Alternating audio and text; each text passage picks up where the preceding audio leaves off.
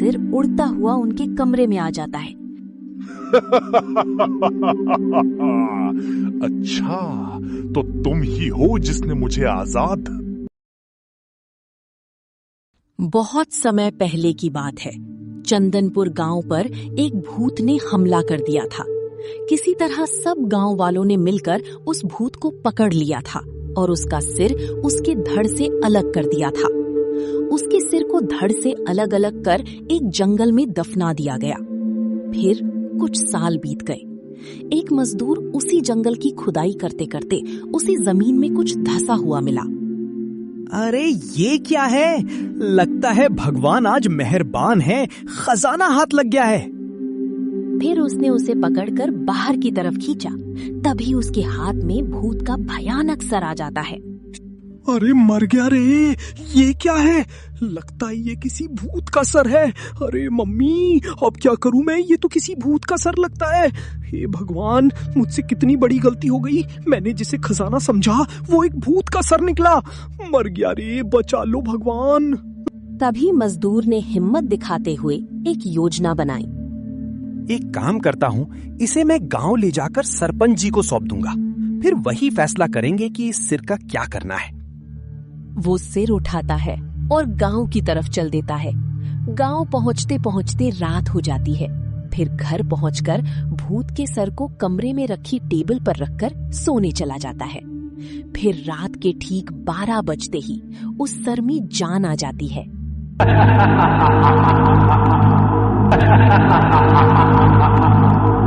कई वर्षों बाद आखिरकार मैं आजाद हो ही गया।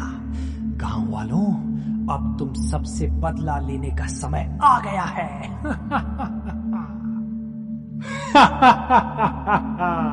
अजी देखिए ना, अपने बगल वाले कमरे में से अजीब अजीब डरावनी आवाजें आ रही हैं।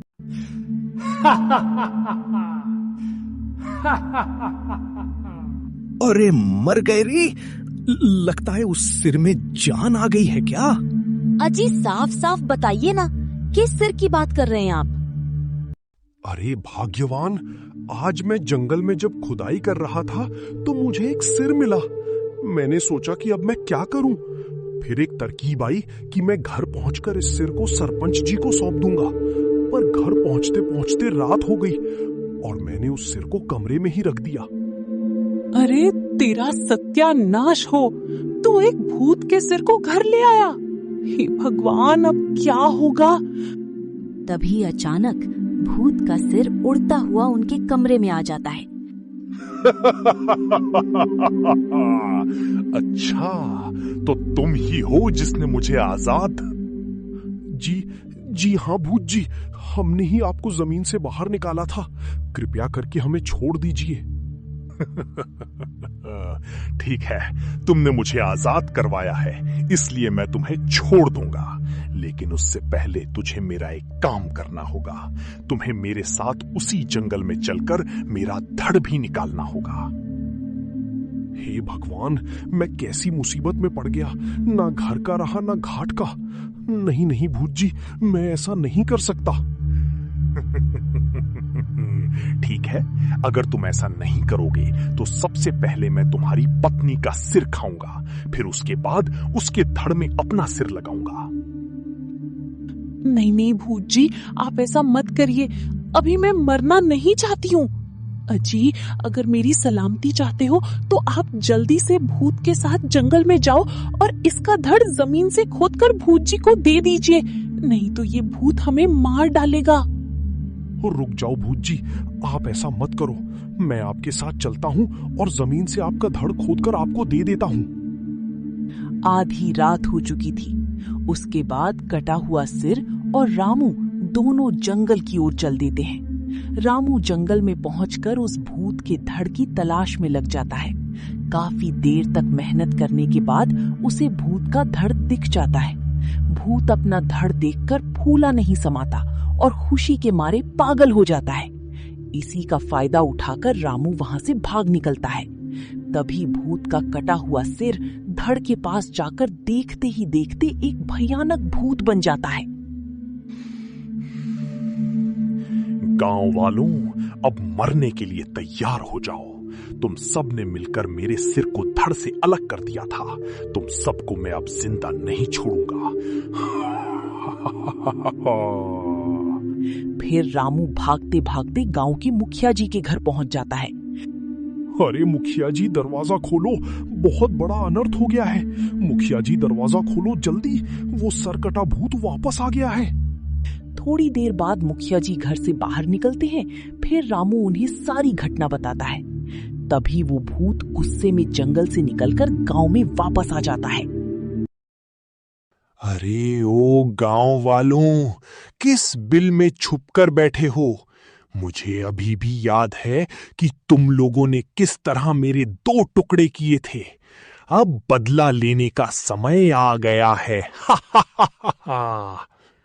सभी गांव वाले अपने घरों में दुबक कर उस चुड़ैल को छुप छुप कर देख रहे थे। वो चुड़ैल अपने शिकार की तलाश में पूरे गांव में घूम रही थी। अरे मुखिया जी, कुछ कीजिए, ये चुड़ैल हमें ढूंढ रही है। अगर एक भी गांव वाला इसके हाथ लग गया तो वो उसका सिर धड़ से अलग कर देगी।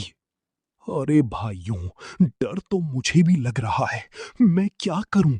अगर किसी के पास इस समस्या का कोई हल है तो बताओ, वरना सुबह होने तक गांव में कोई भी जिंदा नहीं बचेगा। मुखिया जी, मुझे लगता है सुबह तक हम में से कोई नहीं बचेगा, लेकिन मेरे पास एक तरकीब है। अरे हीरा भाई, क्या तरकीब है? जल्दी बताओ। हमें इस भूत को जंगल के बीच स्थित सिद्ध बाबा की कुटिया तक ले जाना होगा। अब केवल सिद्ध बाबा ही हमें इस भूत से छुटकारा दिला सकते हैं।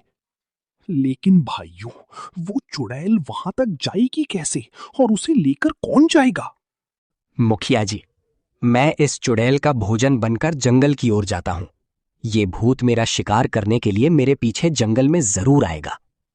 इतना बोलकर हीरा जंगल की ओर निकल जाता है और चलते चलते वो भूत को ललकारने लगता है। अरे ओ भूत के बच्चे, देख, मैं तेरा काल हूं। दम है तो मुझे पकड़ कर दिखा। मैंने ही तेरे 2 टुकड़े किए थे, इतनी जल्दी भूल गया क्या? अरे मूर्ख गांव वाले, अच्छा हुआ जो तू खुद मेरे सामने आ गया। मुझे कब से तेरी ही तलाश थी। रुक जा, तुझे मैं अभी मजा चखाता हूं। जैसे ही भूत हीरा की तरफ झपटा, हीरा भागकर सीधा कुटिया के अंदर घुस गया और बाबा के पास जाकर रुक गया। कुटिया में बाबा ध्यान में मग्न थे। पीछे पीछे सभी गांव वाले भी भागते हुए बाबा की कुटिया तक पहुंच गए थे। मुखिया जी, क्या आज हमें इस भूत से छुटकारा मिल पाएगा? अब तू मुझसे बचकर कहां जाएगा मूर्ख? जैसे ही भूत हीरा पर हमला करने के लिए आगे बढ़ा, तभी बाबा की आंखें खुली और वे सामने आ गए।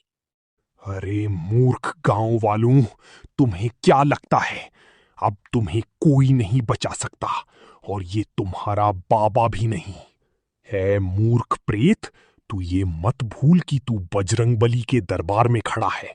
अब तेरा अंत निश्चित है। अब तुझे यहां से कोई नहीं बचा सकता। हनुमान जी का नाम सुनते ही वो भूत डर से कांपने लगा। ओ गांव वालों, तुमने फिर से धोखे से मुझे हनुमान जी के मंदिर में फंसा दिया। तुम लोगों ने ये अच्छा नहीं किया। तभी बाबा जोर जोर से हनुमान चालीसा का पाठ करने लगे। मंत्रों की शक्ति से वो भूत बुरी तरह चिल्लाने लगा और देखते ही देखते जलकर राख हो गया। इस तरह गांव वालों की एकता और साहस से उन्हें उस भयानक भूत से हमेशा के लिए छुटकारा मिल गया।